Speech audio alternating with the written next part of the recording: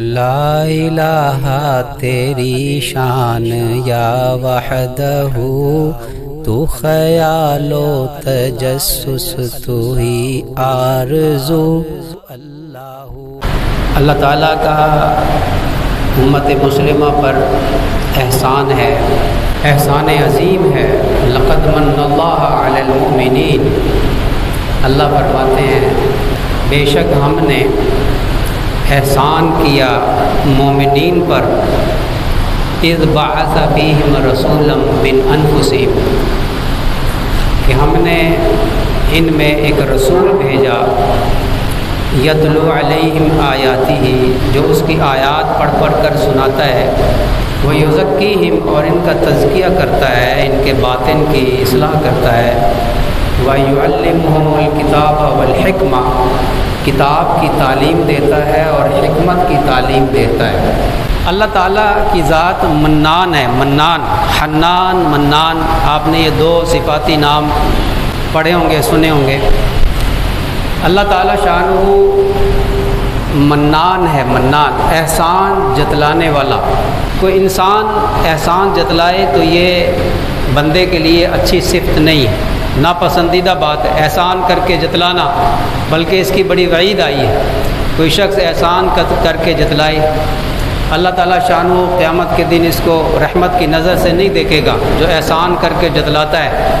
منان صرف اللہ کی ذات ہے، جو احسان کر کے جتلاتا ہے، بتاتا ہے کہ میں نے بہت بڑا احسان کیا تم پر، وہ اللہ کی ذات ہی ہے جو احسان جتلا سکتی ہے۔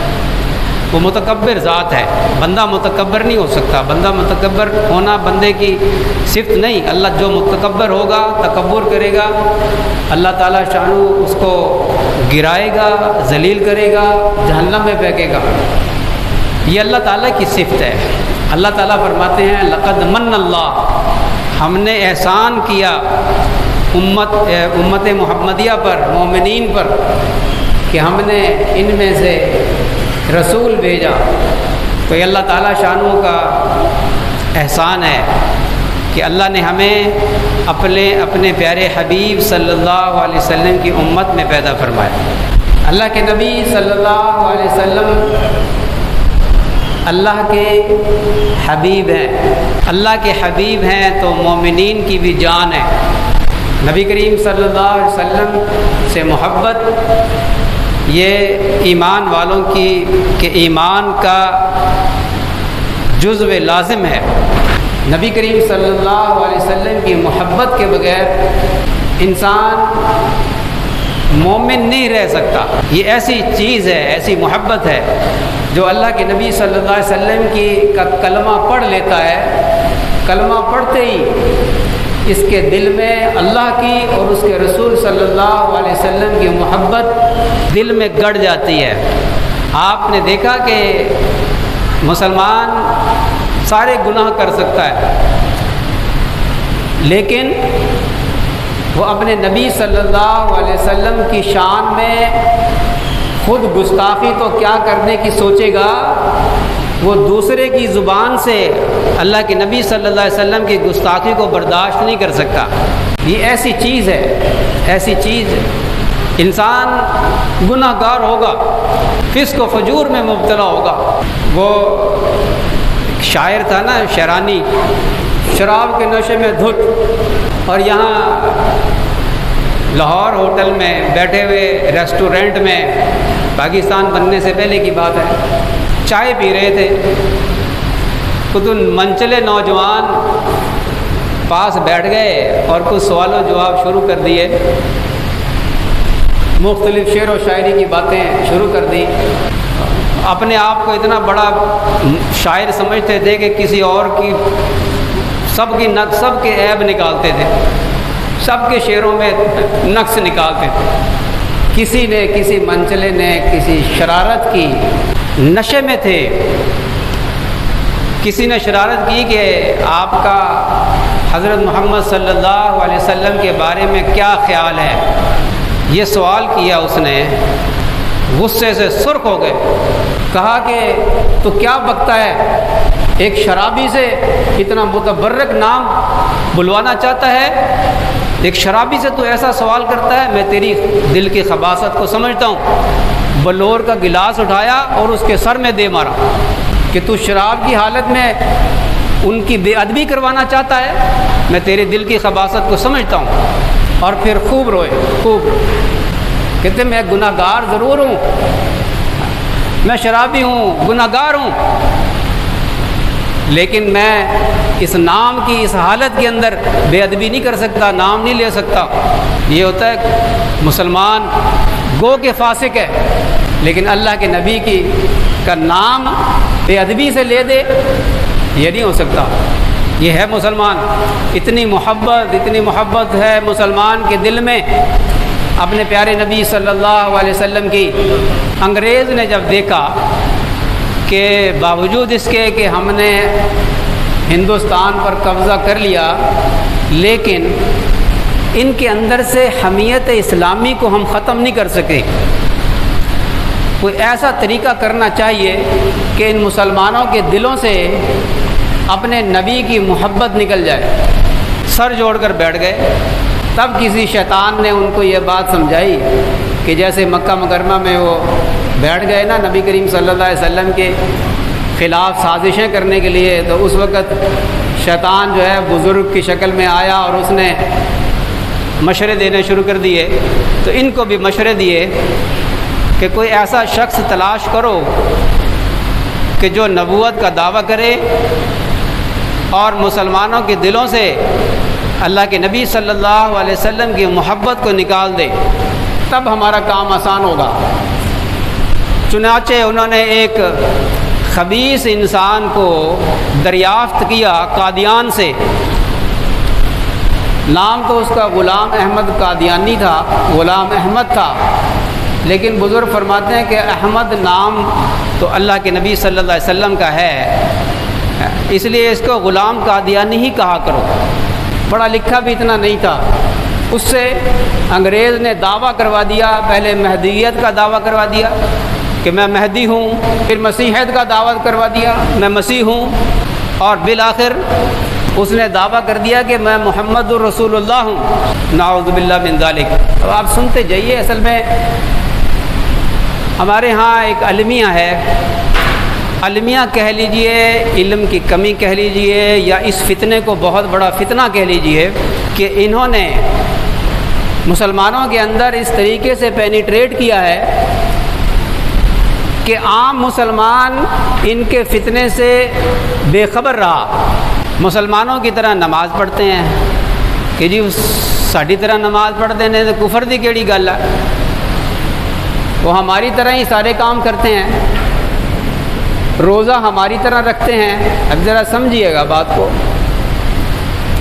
روزہ ہماری طرح رکھتے ہیں اور روزے کو روزہ ہی کہتے ہیں، نماز کو نماز ہی کہتے ہیں، 5 وقت کی نماز پڑھتے ہیں، زکوٰۃ کو زکوٰۃ ہی کہتے ہیں، زکوٰۃ دیتے ہیں، قربانی کرتے ہیں، سارے کام تو مسلمانوں والے کرتے ہیں، تو پھر ان کو کافر کیوں کہا جاتا ہے؟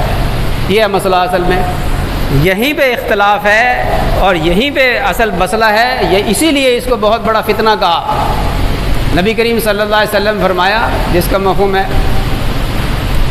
کہ میرے بعد 30 کذاب آئیں گے، 30 جھوٹے دجال آئیں گے، اور ان میں سے ہر ایک اس بات کا دعویٰ کرے گا کہ وہ نبی ہے، حالانکہ انا خاتم النبیین لا نبی بعدی، میں خاتم النبیین ہوں، میرے بعد کوئی نبی نہیں۔ چنانچہ نبی کریم صلی اللہ علیہ وسلم کے زمانہ ہی سے یہ فتنے شروع ہو گئے۔ اسود عنسی نے نبوت کا دعویٰ کیا، قتل کر دیا گیا۔ مسیلمہ کذاب نے نبی کریم صلی اللہ علیہ وسلم کے دور میں نبوت کا دعویٰ کر دیا، آپ علیہ الصلوۃ والسلام کا وصال ہو گیا۔ حضرت صدیق اکبر رضی اللہ تعالیٰ عنہ نے اس کے خلاف لشکر کشی کی، 12,000 صحابہ کرام شہید ہوئے ہیں اس جنگ میں۔ کوئی اتنی بڑی جنگ نہیں جس میں اتنے بڑی تعداد میں صحابہ شہید ہوئے ہوں، جبکہ مسیلمہ کذاب کے 27,000 کافر وہ مارے گئے، اور بالآخر مسیلمہ کذاب کو حضرت صدیق اکبر رضی اللہ تعالیٰ عنہ نے کیفر کردار تک پہنچایا، اور پھر اور دجال آتے رہے، کذاب آتے رہے، جھوٹی نبوت کا دعویٰ کرتے رہے اور ان کا تیا پانچا مسلمان حکمرانوں نے حکمران کرتے رہے۔ یہ ایک فتنہ ایسا ہے کہ انگریز کے دور میں اس نے سر اٹھایا اور ابھی تک اس کی ریشہ دوانیاں دنیا کے اندر پھیلی ہوئی ہیں۔ اب ان کو کافر کیوں کہا جاتا ہے؟ ایک بات تو میں نے یہ عرض کر دی کہ اس نے اس بات کا دعویٰ کیا کہ میں محمد رسول اللہ ہوں، نعوذ باللہ من ذالک۔ اس کا دعویٰ یہ ہے کہ ایک مرتبہ یہ محمد صلی اللہ علیہ وسلم ان کا جنم مکہ مکرمہ میں ہوا اور دوسرا جنم قادیان میں غلام قادیانی کی شکل میں ہوا، نعوذ باللہ من ذالک۔ آپ سنتے جائیے، آپ سن نہیں سکیں گے۔ اس کے اوپر جو شیطانی واردات ہوتی تھی اس کو وہ وحی کہتا تھا اور اپنی بیوی کو ام المومنین کہلواتا تھا، اپنے ساتھیوں کو صحابہ کہلواتا تھا۔ کوئی مسلمان برداشت کرے گا؟ اور قادیان کو جہاں وہ پیدا ہوا اس کو مکہ کہلواتا تھا، اور جہاں اس نے ہجرت کی پیدا کہیں اور ہوا، قادیان میں اس نے اس کو مدینہ کہتا تھا، جہاں یہ آیا، جہاں یہ مرا اس کو مدینہ کہتا تھا۔ اس سے بڑھ کر کوئی توہین ہوگی؟ یہ مجھے پکڑائیے گا جی۔ میں آپ کو ہائی کورٹ کا سن 1984 میں جو ہائی کورٹ کا ایک فیصلہ تھا وہ میں آپ کو سناتا ہوں۔ یہ قانون ہے کہ قادیانی اپنے آپ کو مسلمان نہیں کہلوا سکتے، یہ شعائر اسلام استعمال نہیں کر سکتے، اپنی عبادت کو نماز نہیں کہہ سکتے، اپنی عبادت گاہ کو مسجد نہیں کہہ سکتے۔ یہ آئین کا حصہ ہے، یہ قانون کا حصہ ہے پاکستان کے۔ تو قربانی کرے گا کوئی، قربانی کے نام سے قربانی کے دنوں میں قربانی کرے گا، جیل کی ہوا کھائے گا، سزا پائے گا۔ جی ہاں، اپنے مذہب کا نام کچھ اور رکھو، اسلام نہیں رکھ سکتے۔ یہ ہے مسئلہ۔ سنیے، سن 1987 میں ہائی کورٹ نے یہ فیصلہ لکھا تھا کہ مرزا قادیانی نے محمد رسول اللہ ہونے کا دعویٰ کیا ہے اور ان تمام لوگوں کے خلاف بے حد غلیظ زبان استعمال کی جنہوں نے اس کے نبوت کے دعویٰ کو مسترد کیا۔ جنہوں نے بھی مسترد کیا، غلیظ زبان اس نے استعمال کی۔ اور اس مرزا قادیانی نے خود اعلان کیا کہ وہ برطانوی سامراج کی پیداوار، یعنی اس کا خود کاشتہ پودا ہے، لہٰذا جب وہ اس بات کا دعویٰ کرتا ہے کہ وہ خود محمد رسول اللہ ہے اور اس کے پیروکار اس کو ایسا ہی مانتے ہیں، تو اس صورت میں وہ رسول اکرم حضرت محمد صلی اللہ علیہ وسلم کی شدید توہین اور تحقیر کے مرتکب ہوتے ہیں۔ پاکستان کا قانون، پاکستان کے ہر فرد، ہر مسلمان، وہ نبی، اپنے پیارے نبی صلی اللہ علیہ وسلم کی توہین برداشت نہیں کر سکتا۔ نہ قانون کے اندر اس کی اجازت ہے۔ اسلام کے اندر تو جو ایسے دعوے کرے اس کی سزائے موت ہے، اور جو یہ شاعر اسلام استعمال کرے اس کے لیے سخت سزا ہے قانون کے اندر۔ ان کو تبلیغ کی اجازت نہیں۔ اس لیے یہ میں نے اختصار کے ساتھ کچھ قادیانیت کے بارے میں عرض کر دیا۔ آپ اس غلط فہمی میں، دھوکے میں نہ رہیں کہ قادیانی کوئی مسلمانوں کا ہی کوئی ایک فرقہ ہے، ایسا نہیں ہے، بلکہ یہ کافر ہیں، اور یہ ایسا کفر ہے کہ دوسرے کافروں سے بھی بدترین کافر ہیں۔ وجہ اس کی دیکھیے، جو کرسچن ہے، کرسچن کہتے ہیں ہم کرسچن ہیں، ہم حضرت عیسیٰ علیہ السلام کے ماننے والے ہیں، گو کہ انہوں نے تحریف کر دی انجیل میں، کچھ جیسا بھی ہے، لیکن وہ کہتے تو اپنے آپ کو عیسائی ہیں نا۔ جو یہودی ہیں وہ کہتے ہیں ہم یہودی ہیں، جو ہندو ہیں وہ ہندو ہیں۔ ہر ایک کی شناخت پہچان ان کے مذہب کے ساتھ منسلک ہے، وہ اپنے مذہب کے ساتھ اپنی پہچان کرواتے ہیں۔ مسلمان جو اللہ اور اس کے رسول صلی اللہ علیہ وسلم پر ایمان رکھتے ہیں اور حضرت محمد صلی اللہ علیہ وسلم کو آخری نبی، آخری رسول مانتے ہیں کہ آپ کے بعد اب کوئی نیا نبی نہیں آئے گا۔ دیکھیے، نیا نبی، یہ آپ لفظ کو یاد رکھیں۔ آپ علیہ الصلوۃ والسلام آخری نبی ہیں، آپ کے بعد اب کسی کو نبوت نہیں ملے گی۔